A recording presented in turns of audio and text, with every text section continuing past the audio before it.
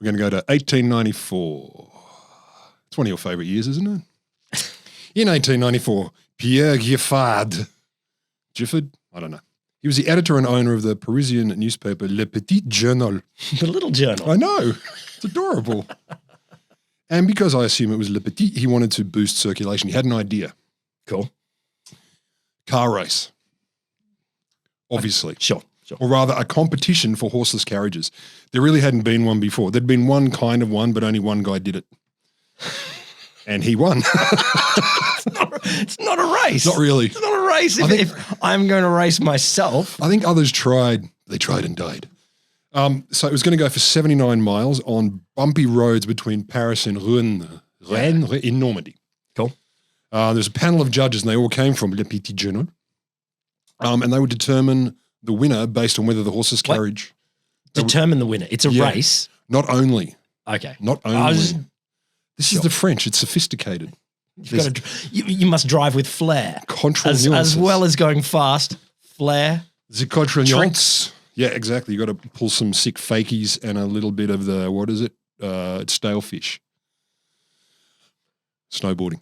So 79 miles, bumpy roads. There was a panel of judges, as I say, all from the journal, and they would determine the winner based on whether their horseless carriage was, to quote, easy to operate for the competitors without any dangers and not too expensive to run. Easy to operate for the competitors? So they get to drive each other's for a little bit? No, but it's 1894. So one of the things was if you need 9 people to run one person in a car and you've got to fix it every 10 minutes. Okay, sure. This is not a good horseless carriage. Okay. So which is fair. They wanted to make it work. So it wasn't a straight out race. There was also a test of reliability, usability, no attractiveness, but it looked like it. The prize was 5,000 francs, which is in today's euro about 400 million. That's not true. No, nowhere near. A bit less. So you had to go through a 32-mile qualifying trial. So hopefuls had to pass first. So more than 100 people chucked out the money for the entry fee, and a wide array of vehicles entered. It was crazy. There were no fewer than 20 different methods of propulsion. Oh, that's awesome. Isn't it? Like, what are we talking about? We got steam, obviously. We got your petrol, compressed air, clockwork. Wait. Slow down. Don't go fast through this. Compressed air. Like someone's just got you're not going to make 79 miles. You can't. I can't imagine a bike pump that could compress something enough to get 79 miles. It's called a machine. Wow. Yeah, I'd love to see that. I said clockwork. Yes, I was coming to that next. A system of pendulums. Pendulum. Wait. A system of pendulums. That's different to the clockwork Different to the clockwork. Okay. What else? A combination of, I don't know what this even means, animate and mechanical motor. I assume they modified a horse and put gears in it. I went with animate, you raise the dead or something. Yeah, that would work. You've animated a corpse. And inside, because that's horseless. So that is. It's corpse full and horseless. So there was this whole list of crazy things. There are all kinds of sizes. So one of the biggest ones was an 8-seater, 4-ton steam-driven monster. And I think that one was actually like a tractor. It's the troop carrier. You know, if he had a big family and he's got to do some shopping as well, put the kids in the back. Oh, Christ, it cracked me up. I think it's a tractor, and it was insane. I mean, it's absolutely insane. And there was also, it went right down to a steam-powered tricycle.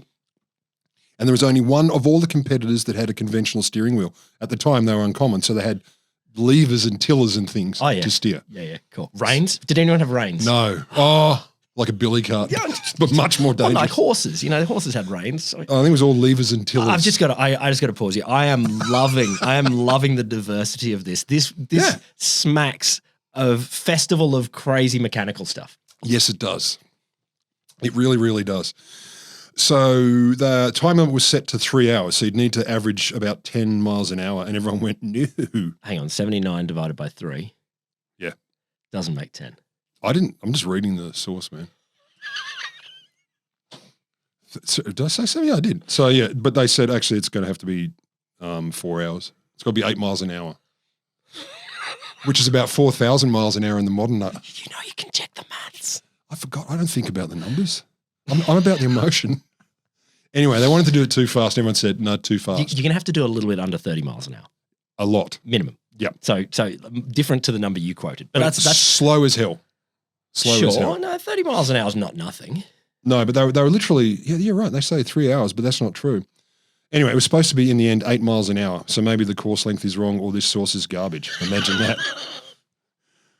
I don't do research. I know we're here for the story, and the story is not the detail. And look how engaged you are. The story is the story. Look how engaged you are. The final lineup was 21 vehicles, and they were all either petrol or steam. The others didn't work. The clockwork one and the didn't work, or didn't work well enough. So disappointed. I know. So disappointed. And so heaps happened in this race. There were twists and turns. There were highs and lows. There were winners and losers. People laughed, people cried, etc. And it was the inspiration probably for every vehicular endurance and innovation race that's happened since. But I'm not going to talk about that one today. I might do it another time, though, because it's worth it. This time I want to talk about the more high-tech version that was probably inspired by this one. And it was also kind of bizarre and entertaining. So I'm going to talk about the US Defense Advanced Research Agency, DARPA's, first autonomous vehicle grand challenge, or what Popular Science magazine called DARPA's Disaster in the Desert.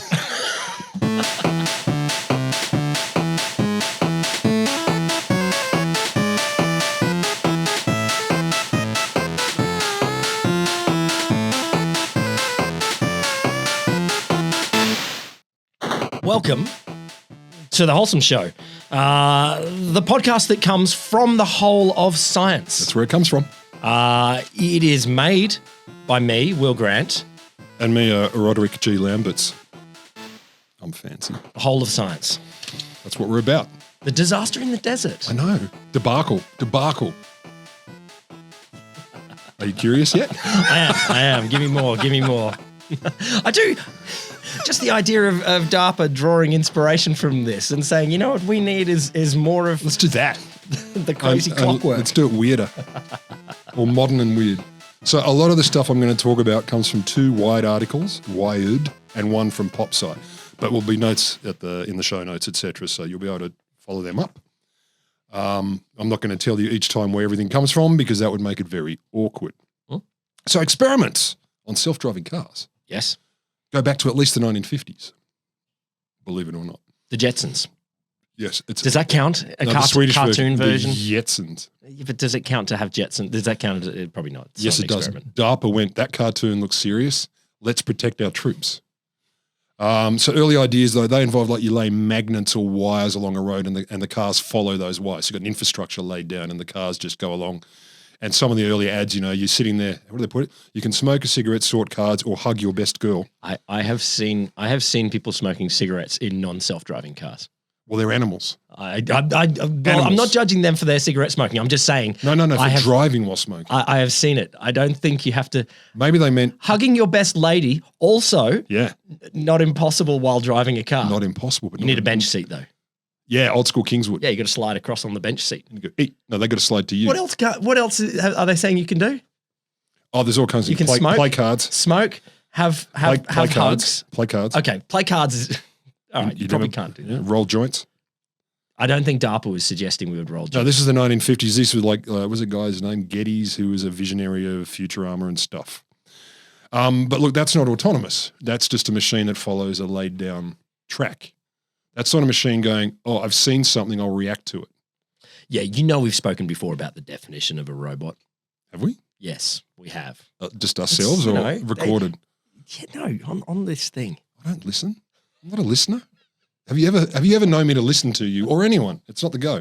So in the early 2000s, DARPA were very keen to get autonomous cars for convoys in places like Iraq and Afghanistan because people were getting killed by roadside bombs and stuff. Okay. Getting killed, I get it. Yeah. But also we're going from highly stable environment, like around a factory in America or around a town in America where you can predict where the roads are versus a war site.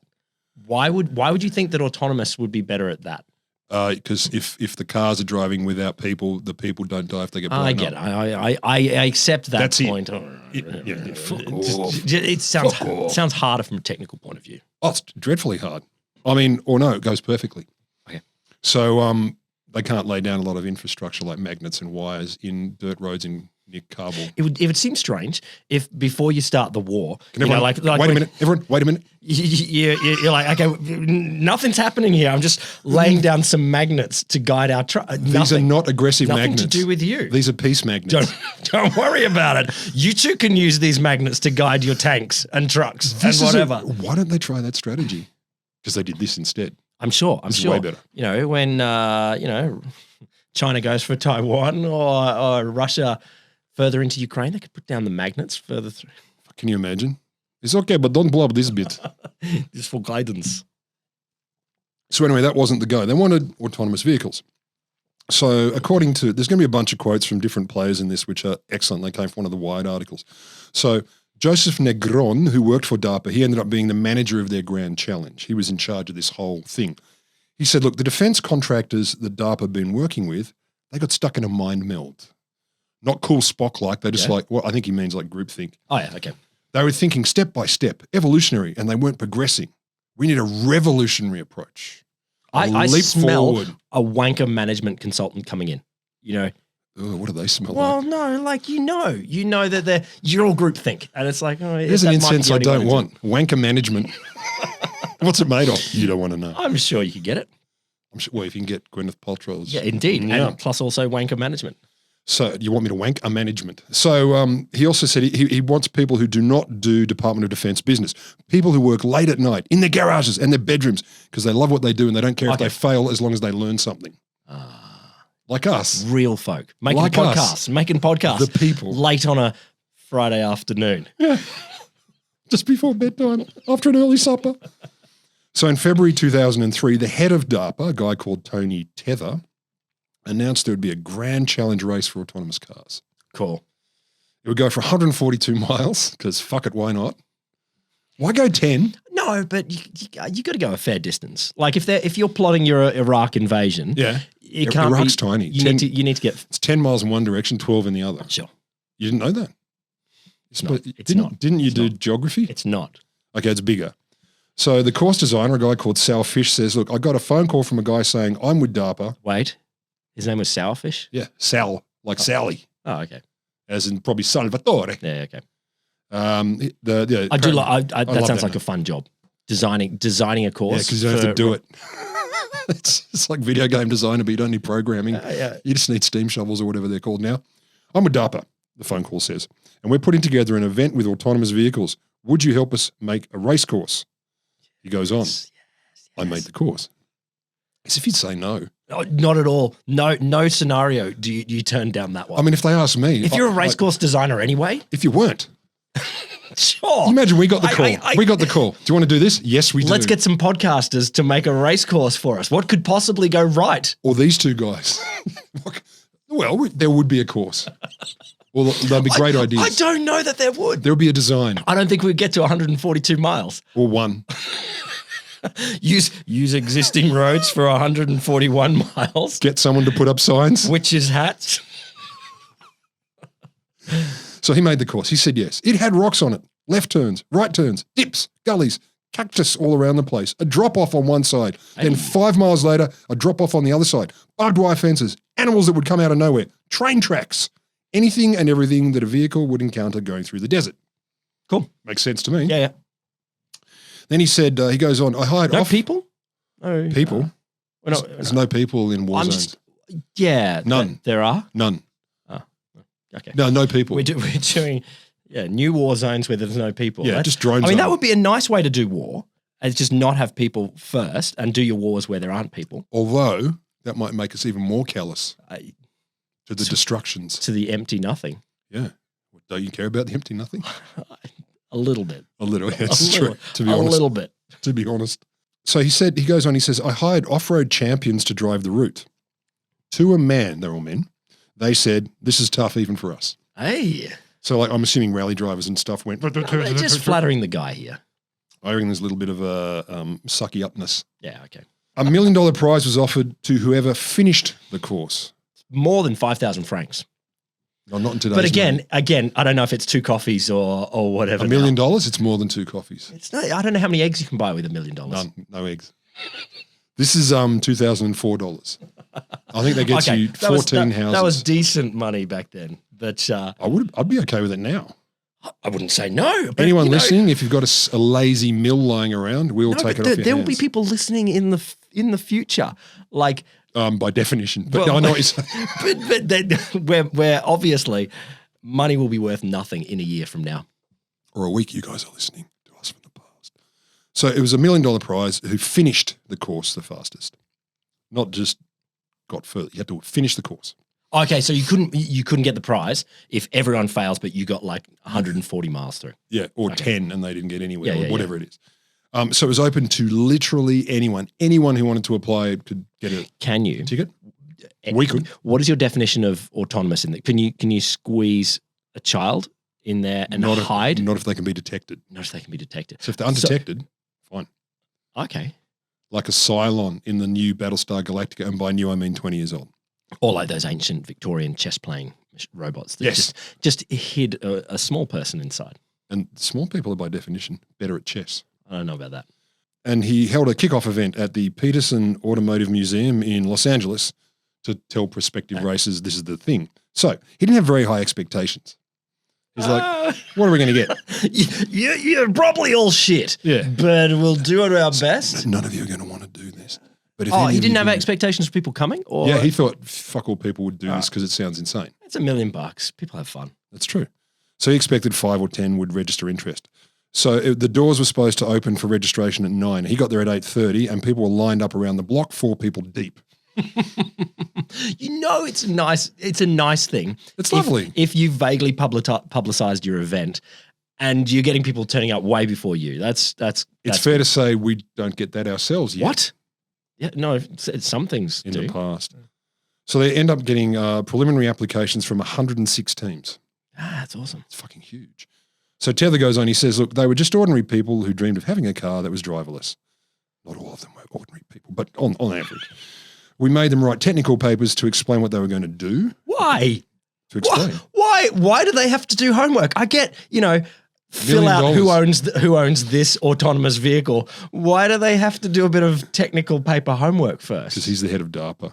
That's what they do. No, but I get if the winning one is awesome, get some details there, but all right. I think it was also, is this just garbage? Is this a kid who saw a cartoon and drew a picture, laser engine wheels? No.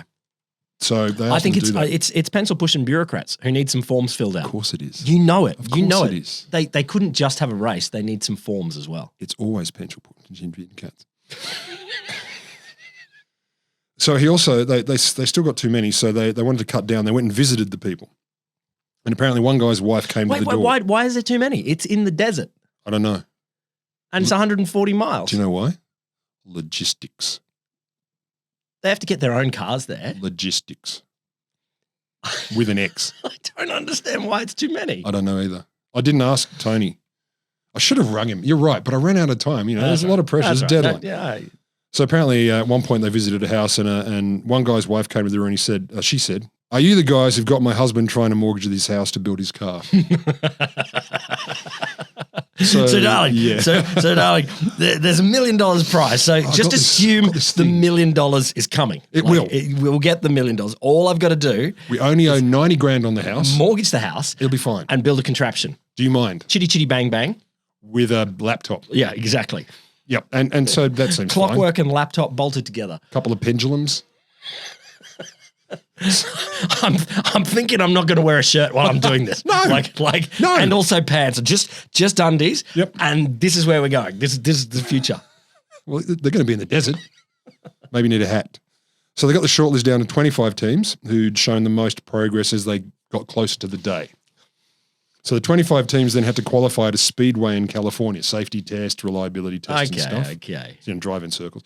So in the end, 15 qualified. March 13, 2004, the teams all turned up at Barstow, which is a town 2 hours northeast of Los Angeles. I've heard of Barstow. Of course you have. I don't know why I've heard of it. Do you know why you've heard of it? Because they had to start from the /X Saloon, which of course you've heard of. No. So Sal Fish, the designer, described it as a bloody shit-kicking cowboy They have type to start at a place. saloon? Yeah, that's where they start. It's an autonomous car. It's fucking great. You don't start. You need a starting point. I guess all the laptop pushers have to And the press watches. There's people. At a saloon. People want to see it. So yeah, Sal Fish called it a bloody shit-kicking cowboy type place. Very nice. Bloody for an American is unusual, unless he meant literally there was I blood. think he means literally blood. Actual blood. So they begin the course through the Mojave Desert to a town just across in the Nevada border called Mojave. Yeah, so from Barstow to Prim in Nevada. And no one could know about the course until a few hours before. Oh, you got to keep it secret.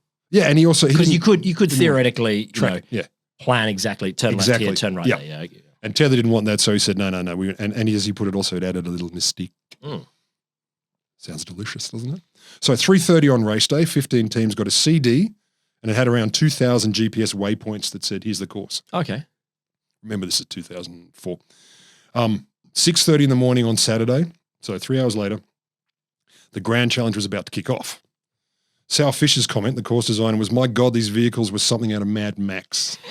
So you must be looking across going, whoa. You know, these types of people, they will obviously focus on the autonomous elements of this. Yes. But you're putting some flair in this. I'll show you a few as we leak through. Awesome. There is no way you are not dialing down the wild for this. I've got to say, I thought they'd be better. Shit.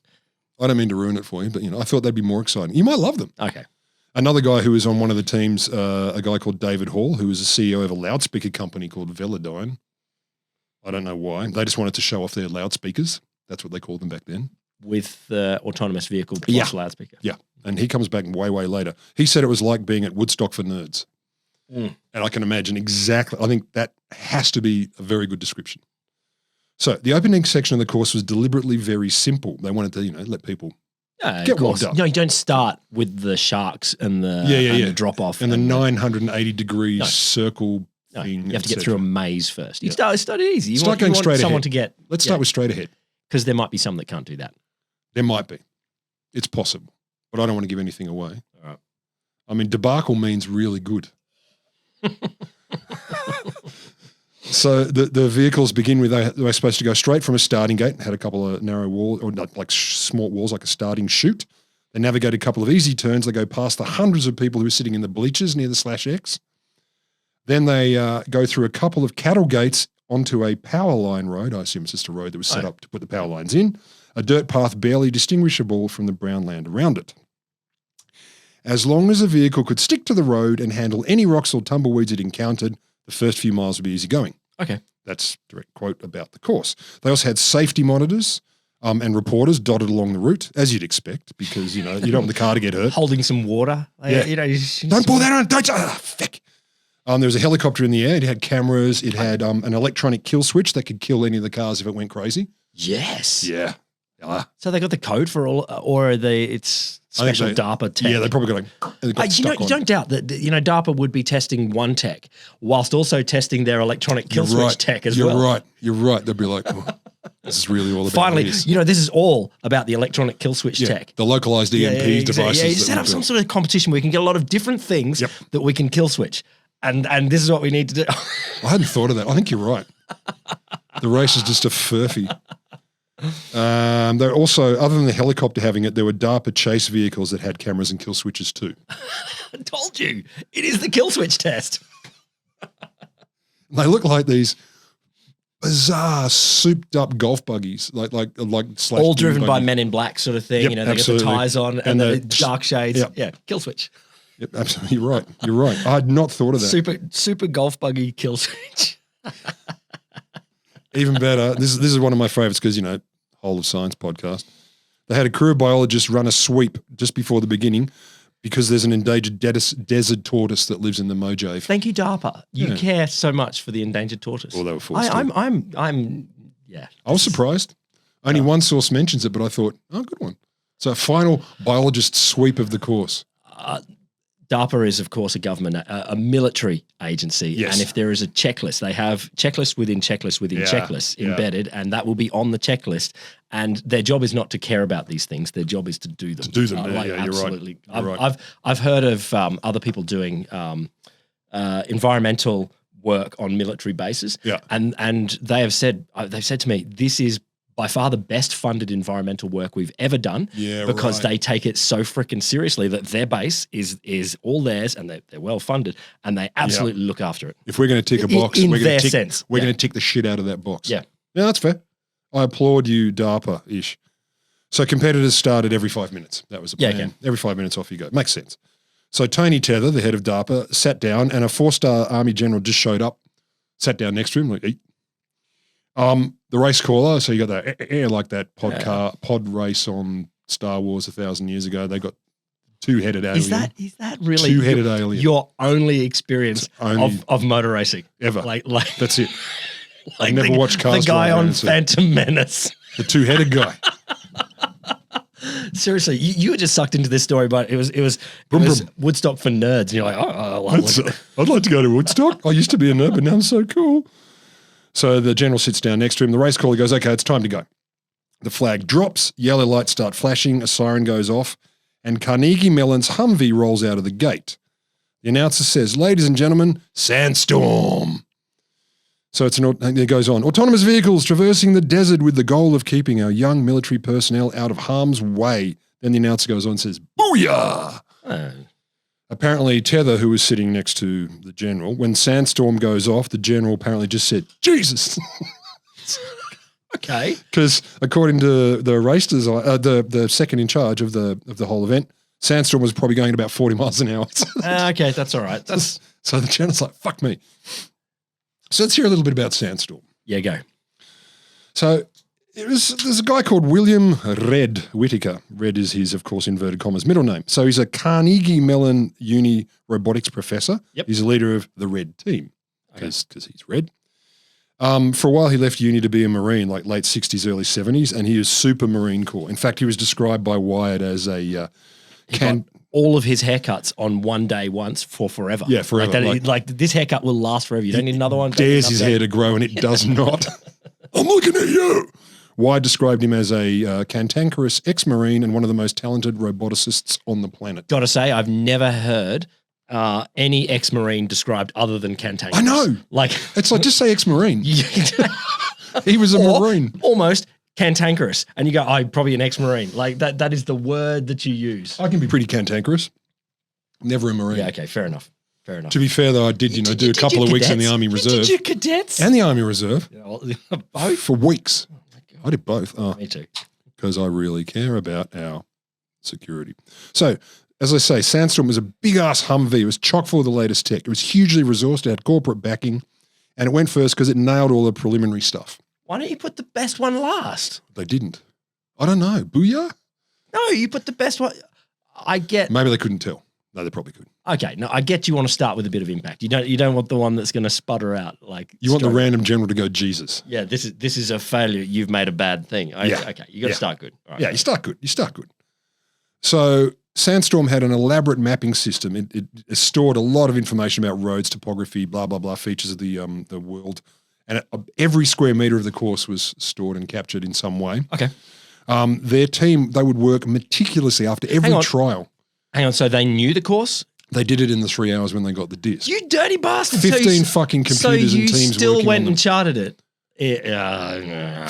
15 computers with teams of software editors and stuff. Who could afford 15 computers? Sandstorm. How could you possibly Carnegie, afford 15 in 2004. One computer, 5,000 francs.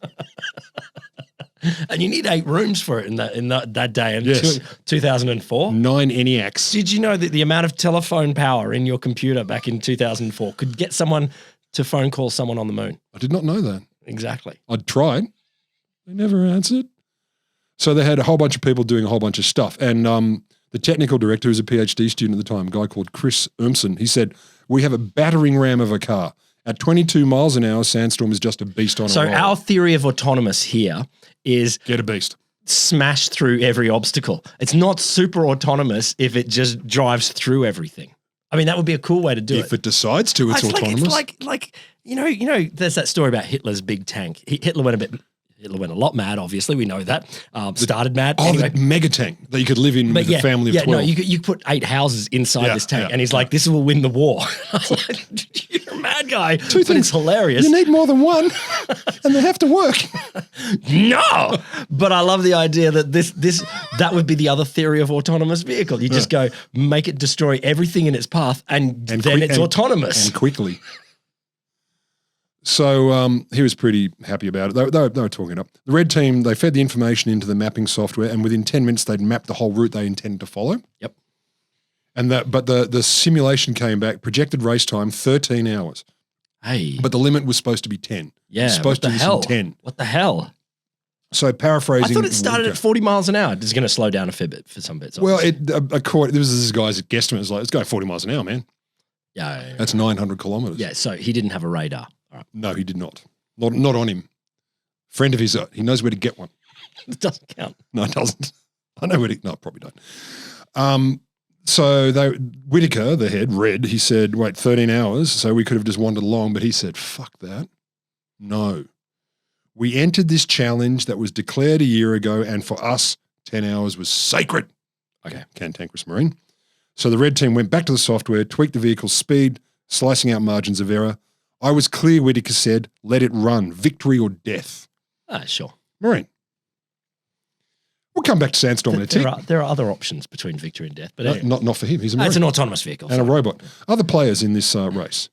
So there's one, a Jeep Grand Cherokee, Axion Racing. Hang on, I'll see if I got it. Is that the name of the car or the team? There's Sandstorm. Oh, Sandstorm is the top one there. The red one. That looks cool. Okay, so that's like I like the way that they've got a red Humvee and cut the top off, and it's like a convertible. Like that is the Humvee you take your friends to in the beach. Look at all the gear on it though. Like it's got a lot of gear. Oh, you get rid of the gear when you're taking your friends to the beach. Of course you do. But that's not bad. I'll get to that one later, but that's the Sandstorm.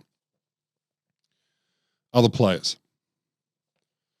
So there's an Axion Racing team, they were called, Axion Racing. They had a Jeep Grand Cherokee. So they were a group of friends from San Diego, funded by an investor who actually got money from importing bottled water from Micronesia, as you'd expect. So the chief software / engineer person was called Melanie Dumas, and she said, look, at first she thought that such a challenge impossible, but then she started to look at how things ran, and she thought, actually, we can do this. Maybe this is on. So apparently her Jeep or their Jeep had performed very well in similar terrain before this. So they were pretty psyched, and they thought maybe we could even beat Sandstorm with a little bit of luck. All right. Maybe we could do it. So a quote from her, we had this Jeep Grand Cherokee. We tried to keep it looking as normal as possible so that people wouldn't think autonomy was so futuristic or out of reach. We also put a couple of surfboards on the roof just to stand out. And they did. They put a couple of surfboards on it so people would think, oh, it's just a normal car. Except for all the other shit. That's where they hid the small people to drive it. Babies. Inside a surfboard. Babies' brains. That's where they were driving it. So they had parallel sets of algorithms, she says, to guide the vehicle. One took GPS data. One took camera input. We took laser range finding data. They fed it all into what they call the voting system. Voting obviously means something else here. Oh, no. It'd be choosing options here. Yeah. Like there'd be a variety of systems saying we do this, we do that, we do whatever. And like, so, yeah. There's actually voting in a lot of other things. Did I tell you the story about bees that vote? Did you? Bees vote. As if I'd remember. Oh, maybe someone did. Was it you? Yeah, probably me. You look familiar. Probably me. Who are you? I'm going to look at the back catalogue. You should too, people. So the Cherokee came out of the chute, made the first turn. Sweet. And? On the second turn, it made a U-turn and headed straight back up to the starting line. I'm done. She says, I think that it saw the gate as too narrow and the sensors decided to send the car back.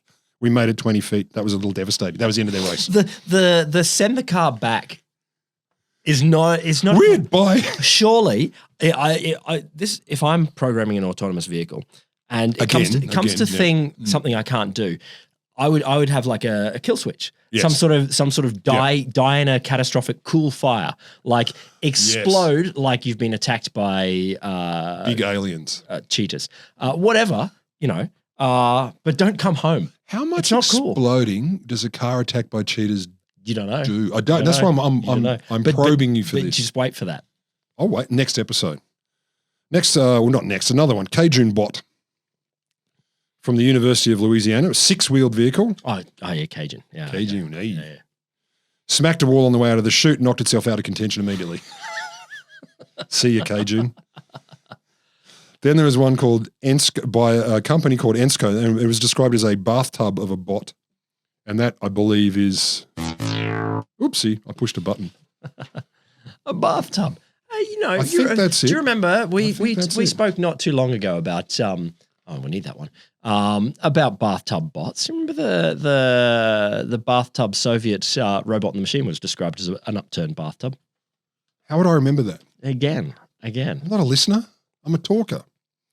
So that was Ensko. And Ensko's... Do we have a photo of it not crashing? I don't have a photo of it not crashing. But I love it. This is Ensko, because I thought, Ensko, is that a company or something? Yes, it is. Ensko Incorporated. wholly owned subsidiary representing a $140 million international technology enterprise. This is from their website. For more than 50 years, the ENSCO group of companies has been providing leading-edge engineering, science, and advanced technology solutions to governments and private industries worldwide. Pretty psyched, right? I don't know who they are. ENSCO operates in the aerospace, national security, surface transportation, cybersecurity sectors. Yes. Focuses on technologies, products, and services to support the safety, security, reliability, and efficiency of customer missions. Field offices and subsidiaries, representatives and partnerships are located throughout the United States and around the world. Certainly a way to make a buck. Oh, they make money. So the flag waved. The bathtub, the ENSCO thing stood frozen for a few seconds. It rolled forward. It stopped. It started again. It drifted to the left. Got to the edge of the road where it sloped upwards. It tilted to one side, moved back to flat ground. Then it went left again. This time it went a bit too far. Flipped over, landed on its side. 1,000 feet into the 142-mile course.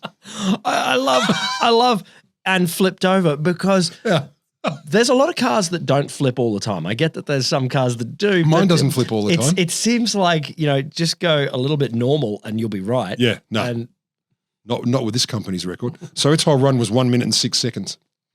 Goddamn. Well, ENSCO, who are obviously going to become big supporters of the Wholesome Show. Then there was one called Doom Buggy. Doom or Dune? Doom, as in the game, etc. Not Dune. Or as in Fate. Yeah, Doom. Yeah, Doom. So this is a bunch of high school students from Palo Verdes High School. Hey. And they call themselves the Road Warriors. Yeah, they fucking did. That's nice. Yeah. And apparently almost from the beginning, this team was riven by factions between two different sets of parents. It's high school. Yeah. But it's the parents. It's the parents. It's the parents. I'm thinking, sometimes Jesus Christ. I question your commitment to Sparkle Motion. Exactly. This to the Doom Buggy. I question your commitment to the Road Warriors. So one set of parents was a University of Southern California electrical engineering professor and her husband, who is also an engineer for Northrop Grumman. So they're really using their high school students Don't know what you're talking to about. pretend that. Don't know what you're talking about. Look, as a parent, it's very tempting to do your kids' homework. You could just go, well, I could just do. What if I just get it done? What if I just do it for you? It'd be a lot easier. But they mentored a group of very clever students, including their 16-year-old son, who built his own Linux-based operating system to drive the machine. Okay. Which is a very lame-looking... Built his own with his parents. No, he's a genius. With his parents. It's a genius. With his parents. Genius is using your And parents. also, was he getting rent for free? 16, yes. So again, Lazy. they should acknowledge that in the story. Oh, it's in the small print. It's in the small print. And while provided free rent by his parents paid and rent. probably free food. So he didn't have to work or anything. No, he could just sit around. Oh, he's getting a lot of good press. Programming. A lot of good press when he's getting a lot of freebies from the man. Getting a lot of good press on this show. So there was the opposing sorry, group. buddy. You're all good. It's not your fault. Joe, we love you, Joe. And their car was just like a lame SUV, whatever. It's a high school. They can't afford it. Well, I don't think they bought it themselves. They had parents. You may have brought that up.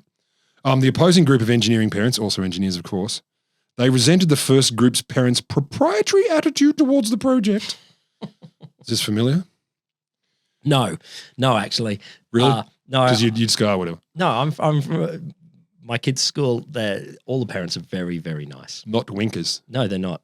So they wanted to use Windows, not Linux. Oh, not Linux. No. Windows is great. It's got Excel and Word, and they are great for autonomous vehicles. Internet Explorer. Autonomous vehicles will need to do spreadsheets and PowerPoint document.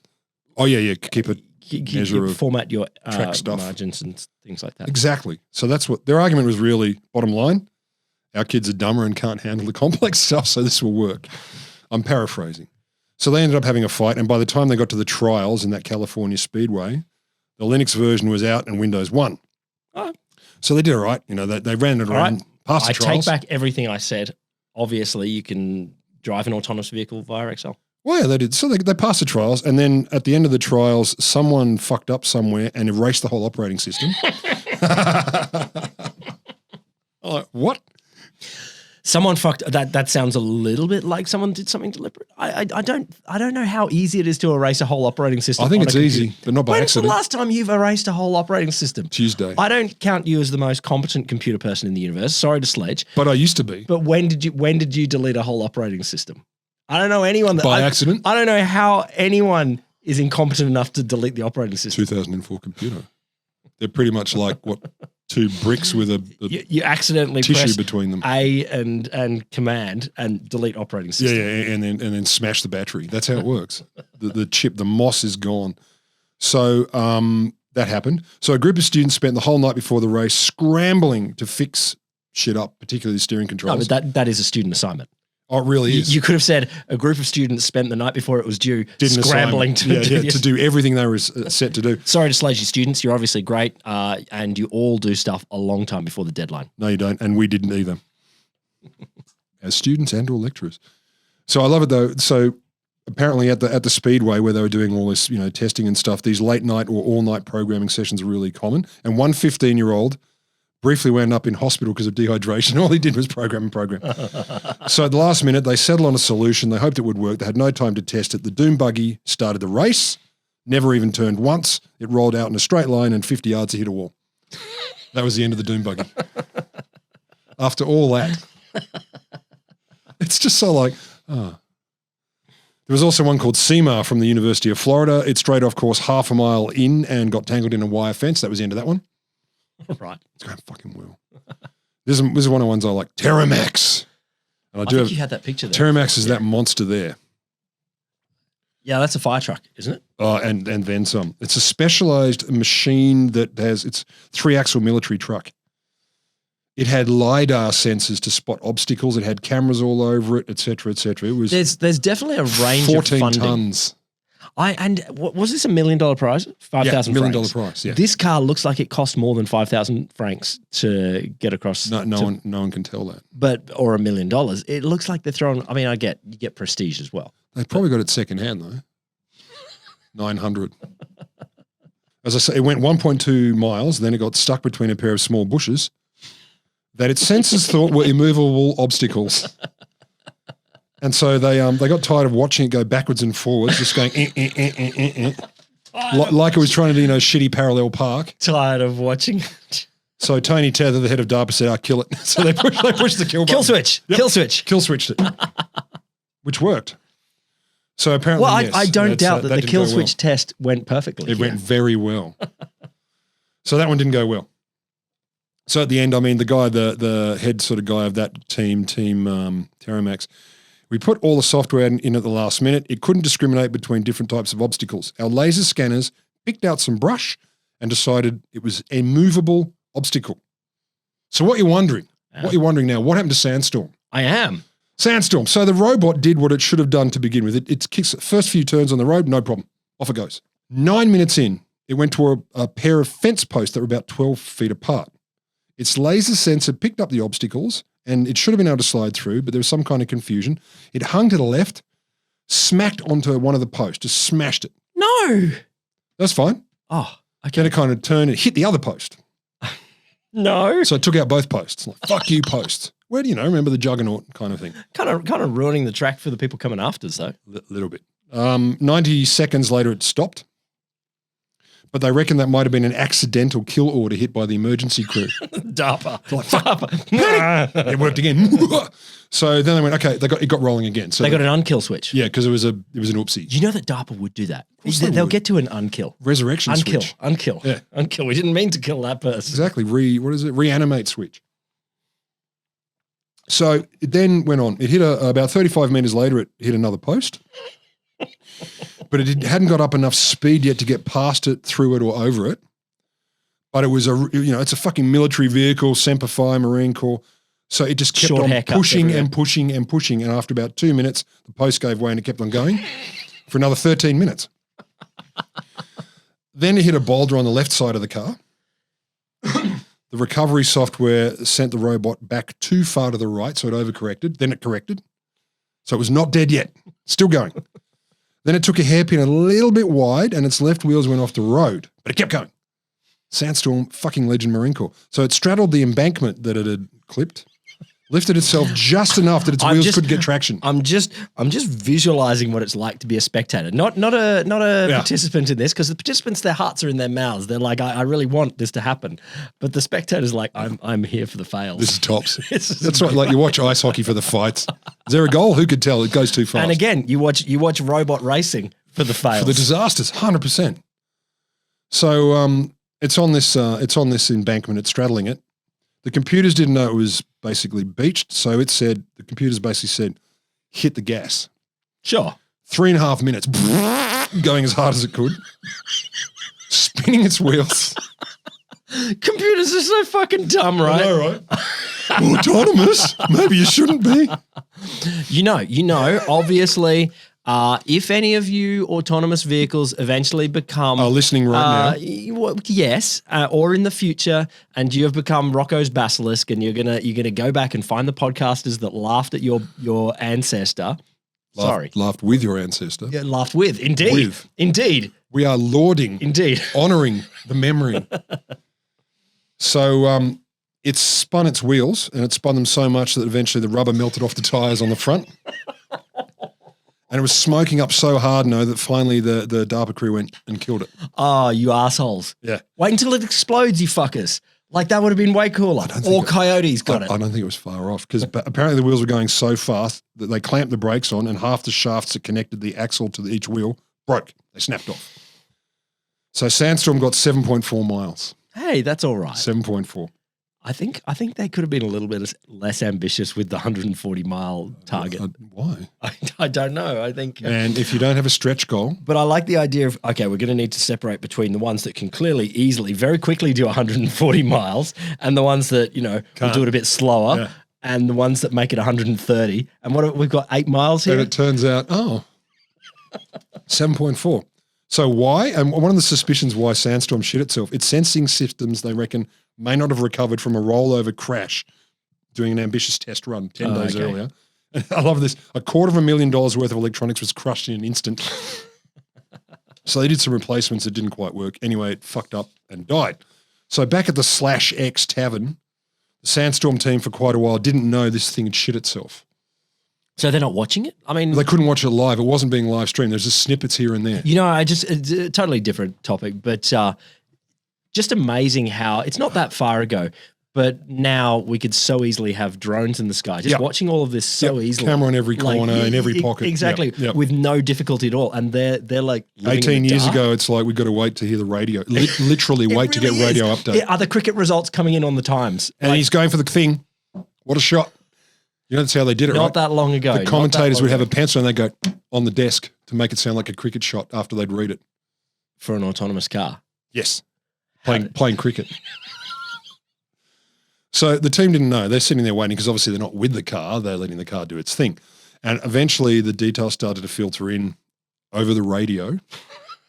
It really is a different age. It really is. And they're like, fuck. So all the work, I love the way this is put. The freezing nights at their abandoned steel mill test site in Pittsburgh, brutally hot days in the Nevada desert. Just because it's cool, both of those. Yeah. They get to the Grand Challenge, 24 hours. You couldn't have a robot startup just in an anonymous office building. In a local Canberra suburb. No, you can't. No. You can't. You got to have an abandoned steelworks. Or can you? No, not cool. Not cool. I'm not saying it's cool, but maybe they exist. I don't care. So until you've got a steelworks. No, that's true. But after all that, made 5% of the way. So it was one of the favourites, the powerhouse to be reckoned with. They'd come up short. Some of the people in the team were crying. And others finally just got knackered and went, fuck, thank God we can go home. So this is 9 a.m. It started at 6:30 a.m. This is about 9 a.m. It's not going well. It's a bit, again, ambitious on the start at 6:30 because we're going to, you're going to be watching this all day. Yeah. Oh, that's what they thought. There was one vehicle left. What? Ghost Rider. Ghost Rider? No, what? Ooh. Ghost Rider. As soon as I read that, I was like, this is excellent. Every single name that you have quoted, I got to say, probably a guy, mate. Oh, not probably. It's not true. That there are a lot of women in robotics, but it just sounds like the names. Ghost Rider. And correct me if I'm wrong, listener, please. If you are a woman in robotics, do you have cool names or what difference? What are we going for here? Flower power? Don't be rude. No. I don't know. No, I like that. I don't know. How do you know this was named by a guy? It just smells it. Like, How do you know? because I would name it that. I don't know. So Anthony Lewandowski, 23-year-old UC Berkeley master's student. He had no backing from the uni. No one would sponsor him. Mainstream robotics community didn't like his I don't give a fuck what you guys think. Of course. His attitude. We don't like your attitude, he's son. He's a rebel. You're a loose cannon. He's been fired from every cannon that could possibly fire someone. And they got it wrong because he's too good to be spat out of a cannon. He's a regular maverick, right? He really is a regular maverick. So he apparently pulled together a scrappy team and created a robot scrappy team. I love that. Obviously not my words. He created a robot no one else had been crazy or stupid enough to attempt. Who wrote that sentence? I mean, it's the best sentence, but it's also ridiculous. No one else is crazy enough to do this shit. I think it was, hang on, I can tell you which source. Come on. That was one of the Wired articles. No one else is crazy enough to do this long amount of coding.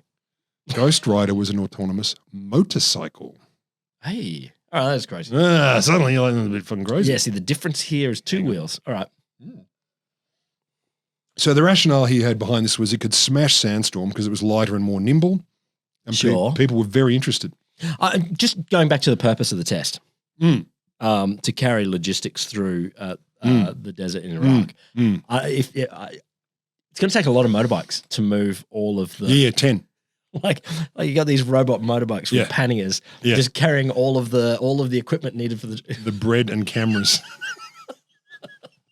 We can get one bottle of milk, one camera, and one bread. I need a new hat. My hat's got a hole in it. Can I have a hat? We're going to need another motorcycle. We need another Ghost Rider.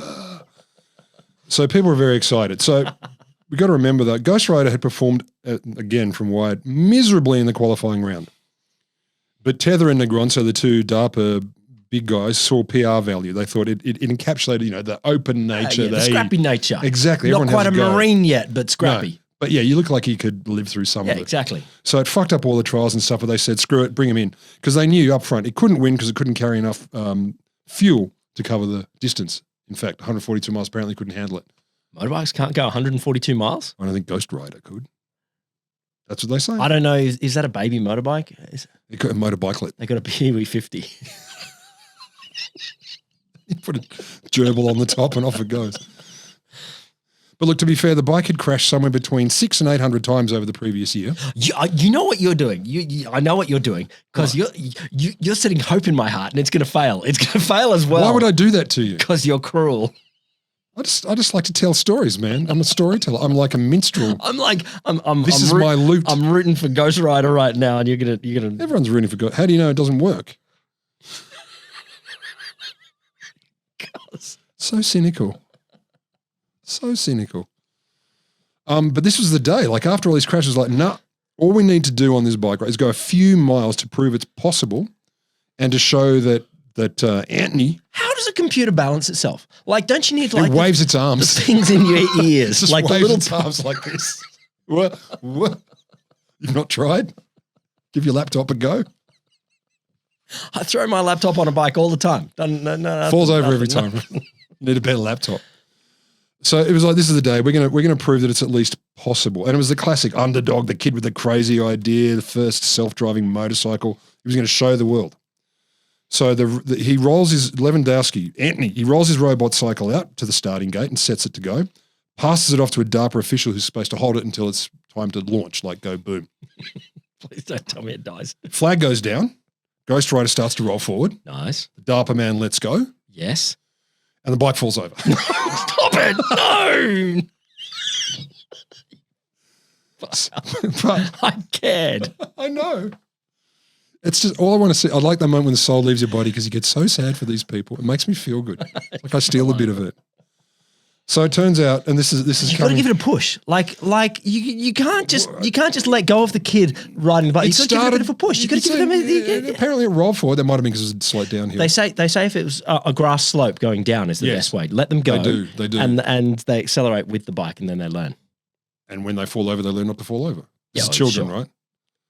Yes. This isn't though. This story's not about children. You can't just let someone go. Next week. So it turns out, according to sources, right before the demonstration, the crowd was cheering so much, we were so excited, we forgot to switch the bike from autonomous to drive-by-wire, whatever that means. So you're supposed to flick a switch that he didn't switch. Do you get another go? No. So you don't get like a DARPA's mulligan. rules were once the vehicle starts to race, it couldn't accept any human help. God damn it. And so Lewandowski goes on and says, next time I'll have remember to flick the switch tattooed on my arm. There's no next time for him. So basically, here's where we're at. By the time the last of the 15 vehicles had left the starting gate, the land around the /X saloon was like a robotic graveyard. Sandstorm had gone the furthest. It got, 7.32 miles, nearly 12 kilometres, but no winner was declared and there was no prize given because no one got through. You don't get no $1 million. Fuck that. What do you think, DARPA gives money away? They're not fools. They're not made of money either. No, they have no money. Always scrounging. Lamington drives That's at DARPA. what you hear about DARPA You all do. the time. Problem is we don't have any cash. We love your ideas. We want to support it. Doesn't sound communist. So there were headlines in one of Wired's other articles. Foiled, DARPA bots all fall down. And CNN wrote, nobody won. Nobody even came close. Nobody won. So Tether, the head of DARPA, says, okay, I got in the helicopter and I flew to Prim. I flew to the end where all the TV crews were waiting to see the cars cross the finish line. It was 11 o'clock in the morning. The reporter said, how's it going? I said, well, it's over. One car went 7.4 miles and started smoking. Blah, blah, blah, blah. It's over. Direct quote. So a reporter says to him, what are you going to do? And he says, we're going to do it again. And this time it's going to be a $2 million prize. Of course, that was the problem. Yeah. That was the problem. The cars didn't want it enough. Yeah. The cars didn't care, whereas they care about $2 million. Cars are very greedy. Yeah, exactly. Not even going to get on the racetrack for less than $2 million. Certainly not going to get out of the chute. So basically, he said, look, it was so successful and yet not really. We've got to do it again. So I get it. No, but going back to the original thing, you had the lineup around the block. Yep. That says something. People want to have a crack. So as one source puts it, DARPA was guilty. If they're guilty of anything, though, they didn't manage expectations. They cared too much? They cared too much. Some people say DARPA cares too much. That's what DARPA is always guilty of. Care. So they talked it up and they prepped for something to be big, enormous, huge. Like they were really... Yeah. There's one guy who was kind of going, let's not get carried away. Even if they go a few miles, it's good. But everyone else like, no, fuck no, it's going to be awesome. So the Challenge Operations Centre was a renovated 6,500 seat arena. Nothing is better than building stadiums. Like just when you're like, okay, this is going to be so good. Isn't it Stadia? Yes, of course. I said that just for, Thank you. For you to give it to it. So they put this, it was at a place called Buffalo Bills Resort and Casino in Prim, the little place in Nevada, which was described as a cheap Vegas knockoff, a half hour southwest of Vegas. So once the bots were launched, the media was supposed to leave the /X and bolt over the Buffalo Bills so they could quote. I'll bet Buffalo Bills got into stoked. No. So they would have been told it's going to be an awesome party at the end. There's going to be so many of these robotics teams, and robotics nerds drink like fishes. Yep. You're going to make bags of cash, but none of them make it. This is how they described. This is what was intended, right? You were very close. They were going to get over to Buffalo, hightail it over to Buffalo Bills to not. And so /X just does the breakfast menu. Yep. Whereas Buffalo Bills gets breakfast menu. So tequila shots. Well, like bacon and egg burgers. There's not a lot of money in that. And murder someone. Sure. They probably made more money than Buffalo Bills. Yeah. So apparently they're supposed to go to Buffalo Bills to nosh, listen to a smooth rock cover band. What? And follow the race's progress on two huge screens, which were running snippets of footage that came through from the helicopters occasionally, and wait at the finishing line outside of Buffalo Bills in the parking lot. That's what the media was supposed to do. So by noon, the Buffalo Bill Operations Center had the, quote, sad, pretentious look of an overproduced birthday party or a bar mitzvah for which the guests had all declined to show up. Oh, that's sad. So it's all a bit lame. No, that's sad. It's sad. No, nothing is worse than not enough friends at your birthday party. Nothing? What about cancer? No. You're a brave soul. Any friends listening? I feel... If I have to choose between you and cancer, I'd rather you went away. I've heard stories of... nothing makes my heart bleed more than it. It is sad. Who's someone who's like all that hope, their little heart's crushed. I know. It is sad. But look, even after all this, after all the debacles and stuff, a lot of people saw positives. So a guy called Sebastian Thrun, he was a machine learning researcher at Stanford at the time. He said, look, none of what's happening in self-driving today, this was written in 2017, would have happened without that original challenge. It created a new community. So it got people psyched. It got the lowest level performers, the highest. And you got people thinking motorbikes as well. Like no one was thinking motorbikes. No one was. How could it be possible? Were you thinking motorbikes? Again, laptops can't drive motorbikes. They can drive a car, But exactly. So change the world. You need better than a laptop for Ghost Rider. So the guy at the beginning who said it was like Woodstock for nerds, who owned the loudspeaker company, he said, look, at first the first challenge, the sensors were all unreliable of their car. They would cause the vehicles to stop and veer off course. So a year after the grand challenge for their car, I started working on developing a new LiDAR sensor with a bunch of lasers giving me 360 3D view. Cool. Yeah, okay. And DARPA pushed him to do this. So that came out of it. Yep. The technical lead on Sandstorm's team, who was doing his PhD at the time, the guy called Urmson, and Anthony, the Ghost Rider guy, ended up working for Google's self-driving car team in around 2008. Okay. So there was a bunch of stuff that came out of it. Yep. There was people inspired, etc. So were there any more races? Or any clock-driven cars? Any pendula. Is that right? Yes. So October 2005, the second grand challenge was held. It was held in the desert near California, Nevada state line again. 132 miles again. If you don't fucking tell me that Ghost Rider wins this, I'm going to be really sad. Got a tissue? Ghost Rider didn't compete. Oh, no. Not even Ghost Rider 2? No. Ghost Rider's son? The sequel, the Son of Ghost.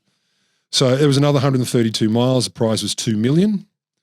32 teams got through all the preliminaries. Mm-hmm. 5 completed. All but 1 went further than Sandstorm. That's awesome. There you go. So 5 completed. There was a winner. So the Stanford racing team won in 6 hours and 53 minutes. Give me a name. Keith. No. It's like Stanford racing team. It's like Iron Balls. SRT. Iron Balls. Keith. Stanford racing team car. Power Cock. It's very Stanford. You went there, didn't you? I did a postgrad in wrong at Stanford. But that was like 1 year later. That's awesome. Okay. 5 completed, and including within time. Any motorbikes? No.